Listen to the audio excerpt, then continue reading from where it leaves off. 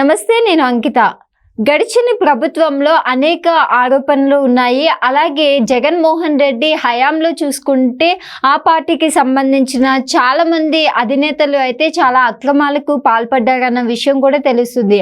అయితే ఇప్పుడు రీసెంట్గా చూసుకుంటే వారిపై చాలా కేసెస్ అయితే నమోదవుతున్నాయి.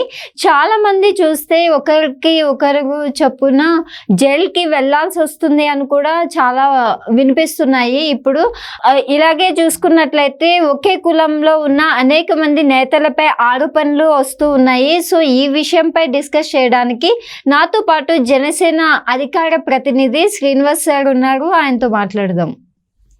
నమస్తే సార్. నమస్తే అమ్మా. సార్, ఇప్పుడు చూసుకుంటే గడిచిన ప్రభుత్వం ఏదైతే ఉందో వైఎస్ఆర్సీపీ పార్టీలో చూసుకున్నట్లయితే జగన్మోహన్ రెడ్డి నుంచి ఆయనకి సంబంధించిన అధినేతలు ఎవరైతే ఉన్నారో చాలా అక్రమాలకు పాల్పడ్డారని మనకు తెలుస్తుంది. అయితే వీటిని ఇప్పుడు వచ్చిన ప్రభుత్వం చూస్తే ఒకటి మించి అని చెప్పొచ్చు, అవన్నీ బయటకు తీస్తున్నారు. అలాగే చాలామంది చేసిన అక్రమాలు కానివ్వండి ఇవన్నీ బయటకు వస్తున్నాయి. అలాగే జైలుకు కూడా కొంతమంది అయితే వెళ్ళారు, ఇంకా చాలామంది నేతలు జైలుకి వెళ్తున్నారు అనేసి అంటున్నారు. సో ఇది ఎంతవరకు వాస్తవం అంటారు? అసలు ఎలాంటి అక్రమాలకి పాల్పడ్డారు? అంకిత, గత 5 ఏళ్లలో యాక్చువల్గా వరుస ఘటనలు అన్నీ చూసాం మనం. అనేక మంది ఆరోపణలు వచ్చినాయి. అప్పటి ప్రభుత్వంలో అవన్నీ ఆరోపణలే, మేము చాలా నీతిమంతులు అనేటువంటి మాట చెప్పారు. ఇప్పుడు కూటమి ప్రభుత్వం అధికారంలోకి వచ్చిన తర్వాత అన్నీ బయటికి వస్తున్నాయి. ఏం జరిగినాయి అక్రమాలు, గత 5 ఏళ్లలో ఎంత దోచుకున్నారు వీళ్ళు, అధికారాన్ని అడ్డం పెట్టుకుని ఏ విధంగా కార్యక్రమాలు చేశారు అనేటువంటి విషయాలన్నీ బయటకు వస్తున్నాయి. ఆ కార్యక్రమంలో భాగంగానే ఏదన్నా మాట్లాడితే ఇప్పుడు ఏమంటారంటే ఇదేదో కక్ష ధోరణితో ఈ ప్రభుత్వం చేస్తుంది అనేటువంటి మాటలు కూడా మాట్లాడుతున్నారు వైసీపీ వారు. కానీ వాస్తవం ఏంటంటే గడిచిన 5 సంవత్సరాల్లో వాళ్ళు చేయలేని దుర్మార్గం అంటూ లేదు. ప్రజాధనాలు ఇష్టం వచ్చినట్టు దోపిడీ దోసేసుకున్నారు, ప్రజలను రకరకాలుగా హింసించారు. అప్పట్లో ప్రజలు కనీసం మాట్లాడలేనటువంటి పరిస్థితి. సరే, ఓటు రూపంలో చూపించారో ఆ ప్రభుత్వాన్ని పక్కకు పెట్టారు. ఈ రోజున ఏదైతే ఇందాక మాట్లాడావు, ఒక సామాజిక వర్గం మీద ఒక కులం మీద ఆరోపణలు వస్తున్నాయి అంటే యాక్చువల్గా ఆంధ్రప్రదేశ్ రాజకీయాలు చూస్తాం కదా, కులం చుట్టూ తిరిగితే ఖచ్చితంగా అతని వల్ల మనకు ఉపయోగం లేకపోయినా మనోడు అధికారంలోకి వచ్చాడంటే మనకు అదో తృప్తి. మా ముఖ్యమంత్రి మనోడే, మా కులపోడే అనేటువంటి ఒక తృప్తి. నిజంగా అతను ముఖ్యమంత్రి అవడం వల్ల నా కుటుంబానికి ఏమొస్తుంది, ఎలా లాభం ఉంటుందా? ఇప్పుడు జగన్మోహన్ రెడ్డి గారు గతంలో సీఎం చేశారు. ఆయన సీఎం అయితే రెడ్డి సామాజిక వర్గం వచ్చిన లాభం ఏంటి? ఇప్పుడు రెడ్డి సామాజిక వర్గాలకి ఆయన ట్యాక్సులు తగ్గిస్తారా? పోనీ రెడ్డి గారు వెళ్తున్నారని చెప్పి స్పెషల్ రోడ్లు వేస్తారా? వాళ్ళకి ఏమన్నా నిత్యావసర ధరలు ఏమైనా తక్కువ రేట్లకు వస్తాయా? కరెంటు బిల్లు ఏమైనా తక్కువగా వస్తాయా? ఏమి లేవు కదా. తృప్తి, మా సామాజిక వర్గం మాత్రం అధికారంలోకి వచ్చేటటువంటి తృప్తి మాత్రం పడతారు జనం. అయితే కొంతమంది ఎవరైతే జగన్మోహన్ రెడ్డి గారితో పాటు చుట్టూ ఉన్నటువంటి కొంత కోటరీ ఉంటుంది, ఇంపార్టెంట్ లీడర్స్, వాళ్ళు లబ్ధి పొందారు. వాళ్ళు ఏం చేశారు? చాలా ఉన్నాయి. విజయసాయి రెడ్డి కావచ్చు, చెవిరెడ్డి భాస్కర్ రెడ్డి, ఈరోజు వాళ్ళ కొడుకుని కూడా విషయం వచ్చింది. తర్వాత పెద్దిరెడ్డి రామచంద్ర రెడ్డి, మిథున్ రెడ్డి, అయోధ్య రామరెడ్డి, అలాగా ఒక సామాజిక వర్గం పేర్లే ఎక్కువగా వినిపిస్తున్నాయి. అంటే ఒక విధంగా సామ్రాజ్యాలు ఎలుగు పెట్టేసుకున్నారు వాళ్ళు. ఇంకా చిత్తూరు జిల్లాలో అయితే ఇప్పుడు పెద్దిరెడ్డి రామచంద్ర రెడ్డి లేదా చెవిరెడ్డి భాస్కర్ రెడ్డి వాళ్ళంతా వాళ్ళ కుటుంబాల హవా ఎలా నడిచిందంటే ఇంకా ఇది అదేం లేదు, మొత్తం సంపద అంతా దోచుకున్నారు అక్కడ. అంటే వైసీపీ పార్టీ మొత్తం ఒకే వర్గానికి చెందిన వాళ్ళు ఉన్నారు అంటే అలాగని కాదు, అంటే ఎక్కువగా లాభపడింది వారు. ఓకే. ఇప్పుడు జగన్మోహన్ రెడ్డి గారు రెడ్డి అయితే ఎక్కడో అనకాపల్లిలోనో ఆరవల్లిలోనో రెడ్డిగో, లేకపోతే అనంతపురంలో ఉన్న రెడ్డిగో, మామూలు రెడ్డికి ఏం ఉపయోగం ఏం ఉండదు. అంటే కొద్ది మందికి ఎప్పుడైతే ఆ చుట్టూ ఇప్పుడు జరుగుతున్న ఎన్ని బయటకు వస్తున్న పేర్లు అన్నీ కూడా ఆ సామాజిక వర్గం వస్తుంది కాబట్టి, అంటే పెద్దరెడ్లు, ఈ పెద్దిరెడ్డిలాగే పెద్దరెడ్లు కొంతమంది పెద్దరెడ్లు లబ్ధి పొందారు. వారందరి మీద ఈరోజు ఆరోపణలు వస్తున్నాయి. ఆరోపణలతో పాటు అవన్నీ వాస్తవాలు అని చెప్పేసి ప్రభుత్వం బయటకు తీస్తుంది. చూశారు కదా మనం మదనపల్లి ఫైల్స్ తగలబడిపోయిన కేసులో ఎవరున్నారో వారికి సంబంధించిన వారు, పెద్దిరెడ్డి గారికి సంబంధించిన వారు ఎవరెవరు ఉన్నారని బయటకు వస్తున్నాయి. చెవిరెడ్డి భాస్కర్ రెడ్డి గారి కొడుకుని మీద ఆయనకి రెడ్ కార్నర్ నోటీస్ ఉంటే కూడా విదేశాలకు వెళ్ళిపోతానికి ప్రయత్నం చేస్తే బెంగళూరులో అరెస్ట్ చేశారు. పులవర్తి నాని గారి మీద తిరుపతి అక్కడ ఏ విధంగా దాడి చేశారో ఆ దాడి కేసుకు సంబంధించి నేనంటుంది ఇవన్నీ ఒకటి కాదు, వాళ్ళు చేసిన దౌర్జన్యాలు అక్రమాలు అన్నీ కూడా కొంతమంది ఎవరైతే బలపరిచారో ఆ బలపరిచినటువంటి పెద్ద రెడ్లందరూ పరారైపోతున్నారు.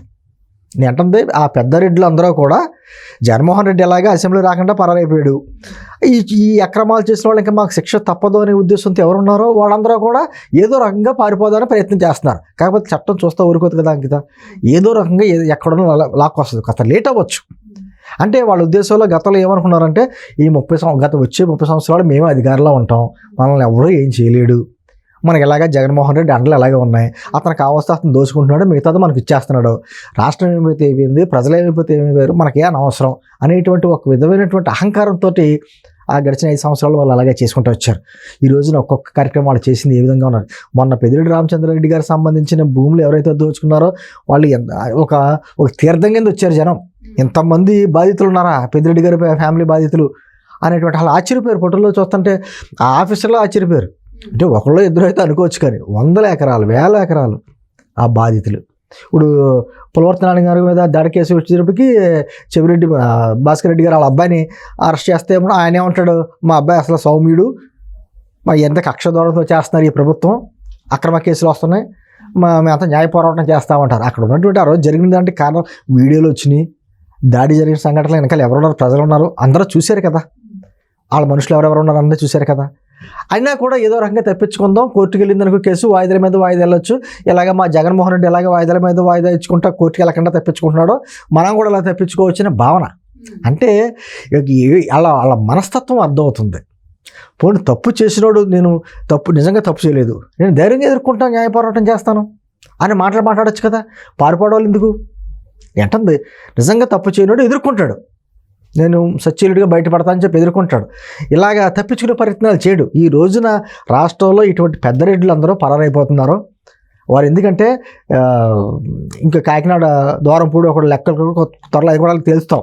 ఏంటంటే వీళ్ళందరూ కూడా ఈ ప్రాంతం ఆ ప్రాంతం లేకుండా కొంతమంది, కాకపోతే మెజారిటీ వారు ఆ సామాజిక వర్గం కనపడుతున్నారు కాబట్టి ఆ సామాజిక వర్గం అంటున్నారు. కానీ నిజంగా ఆ సామాజిక వర్గానికి మిగతా రాష్ట్రంలో ఉన్న ప్రజలందరూ కొన్ని లక్షల మంది ఉంటారు, వాళ్ళందరికీ ఏం ఉపయోగం పాపం.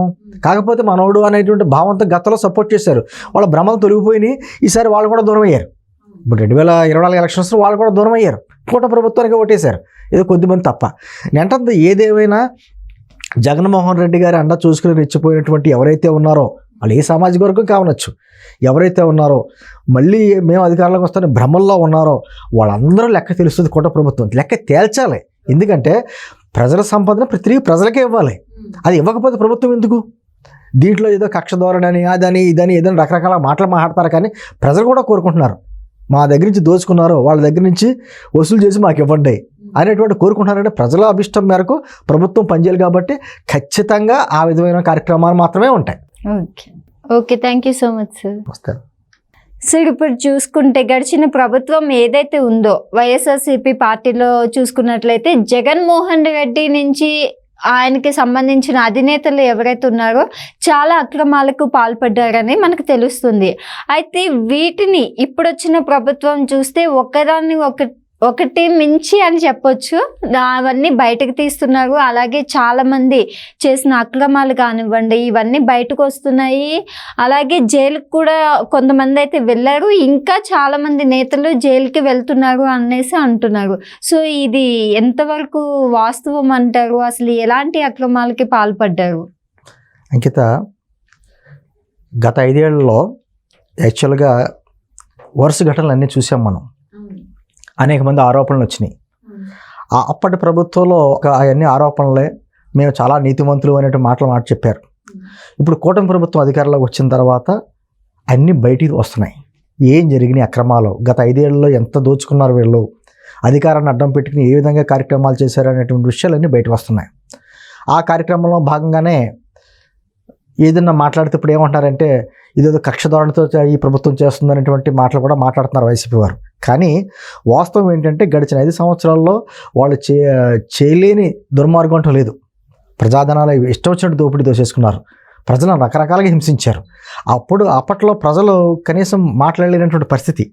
సరే, ఓటు రూపంలో చూపించారు, ఆ ప్రభుత్వాన్ని పక్కకు పెట్టారు.